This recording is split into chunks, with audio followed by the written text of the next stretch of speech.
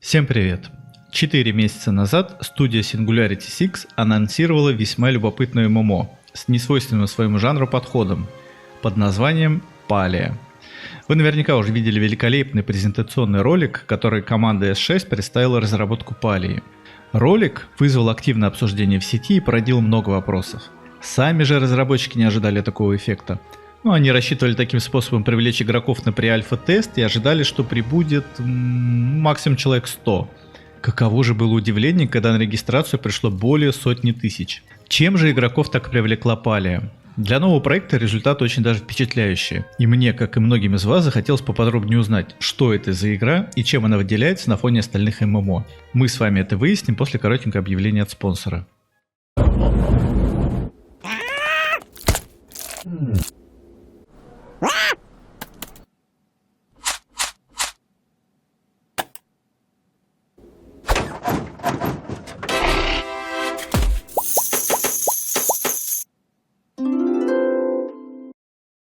Если честно, за время, что я пытался найти инфу по данному проекту, я убедился в одном, что на сегодняшний день это самый закрытый и засекреченный проект.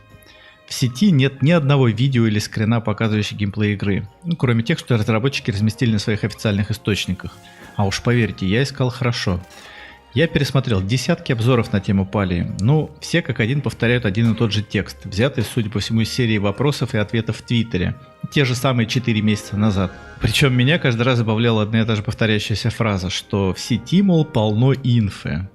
Камон, в сети нет ничего из того, что прольет свет на детали разработки.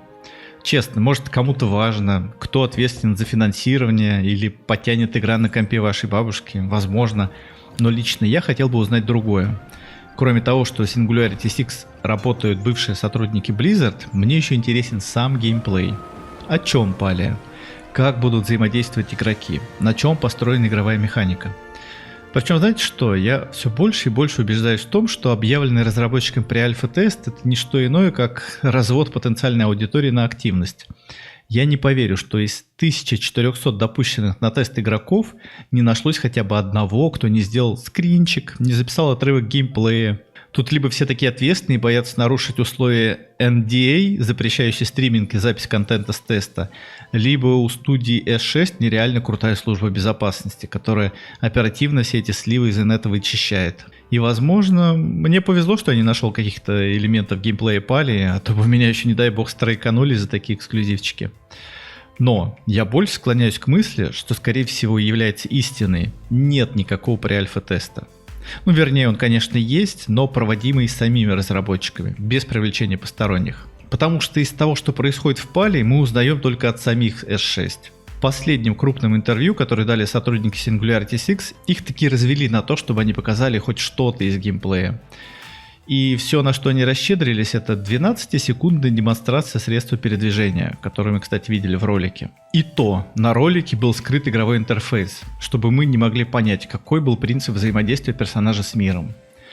S6 объяснил это тем, что не хочет пока его показывать, по причине того, что он еще будет меняться и похвалиться пока нечем. Мне больше кажется, что Singularity 6 просто боятся, что их идеи до официального релиза стырят другие студии.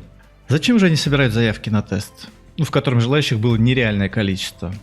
Скорее всего, чтобы более яснее видеть свою аудиторию и понять, кто она, что ей будет интересно.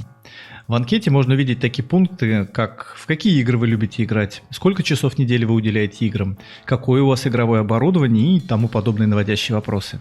Исходя из имеющегося, я могу вам сказать, что разработчики еще сами не определились, как это будет игра. Тем более они сами это признают. Сегодня у персонажа отсутствует какая-то боевая механика, у него нет традиционной полоски ХП, как во многих играх, и он фактически не может погибнуть. А завтра могут посчитать, что это достаточно скучновато для определенного типа игроков, и все поменяется.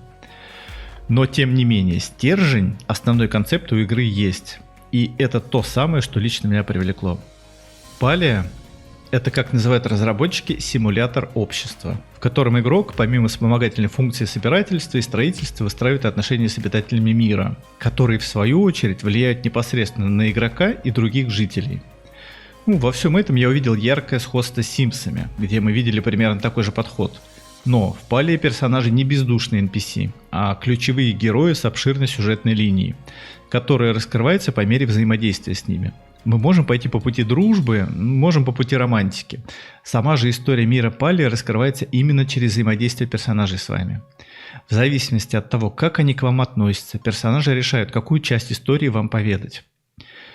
Возьмите симулятор жизни Симсов, добавьте приятную мультяшную графику Genshin Impact, замешайте в раствор элементы геймплея выживания Валхейма и поместите в огромный открытый мир, доступный для тысячи или даже сотен тысяч игроков на современном движке Unreal Engine 4. Я еще до конца не понял, как они собираются реализовать сервера, но из обрывков интервью стало известно, что это будет один реалм, сортирующих игроков по локальному местоположению. Кроме всего прочего, добавьте к нашему блюду систему достижений, коллекционирования и исследований, и получите пример того, как Палия должна предстать перед аудиторией. На последнем, кстати, сделан основной акцент, что мне тоже понравилось. У Палии цепляющая история, дающая игроку в ней покопаться. Сам концепт погибшей, сверхразвитой цивилизации и зародившаяся на ее обломках спустя несколько тысяч лет новая жизнь, это мой любимый жанр. Сочетание дикой первозданной природы, современных разрушенных построек и технических сооружений выглядит круто. Вам дается большой мир, полный загадок и возможность эти загадки разгадать. Но, кроме всего прочего, Палия не даст вам ощущения однообразного рутинного геймплея, где все сводится к утомительному гринду и прокачке. Каждый день для игрока начинается по-новому. Заходя в игру, ты еще не будешь знать, что тебя там будет сегодня ожидать, какие новые испытания и события предстоит увидеть. Это одна из задумок разработчиков – постоянно изменяющийся мир, не дающий игрокам заскучать. Довольно трудновыполнимая задача, учитывая, что многие проекты пытались планировать подобное, но не у всех планы пошли дальше красивых обещаний. В одной из сессий «Вопрос-ответ» разработчикам задали весьма интригующий вопрос. Палия лучше чем? Назовите любую игру.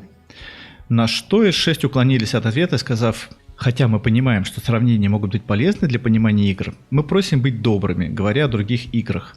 Singularity 6 мы в первую очередь геймеры, поэтому мы с большей любовью и восхищением относимся к тому, что делают другие студии.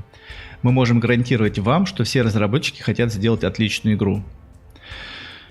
Я их понимаю. Они еще пока не в том положении, чтобы ставить свой проект выше какого-либо.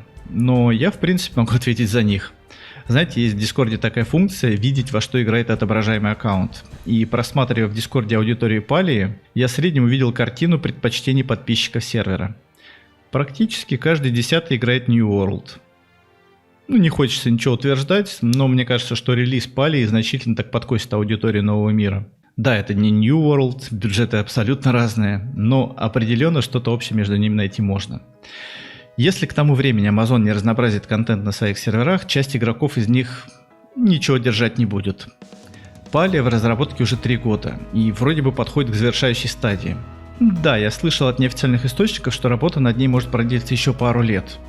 Но сами Singularity 6 по этому поводу буквально вчера намекнули на скорый альфа-тест в первой половине следующего года, что как бы намекает на более скорый релиз. Надеюсь, эта крупинка инфы порадует игроков.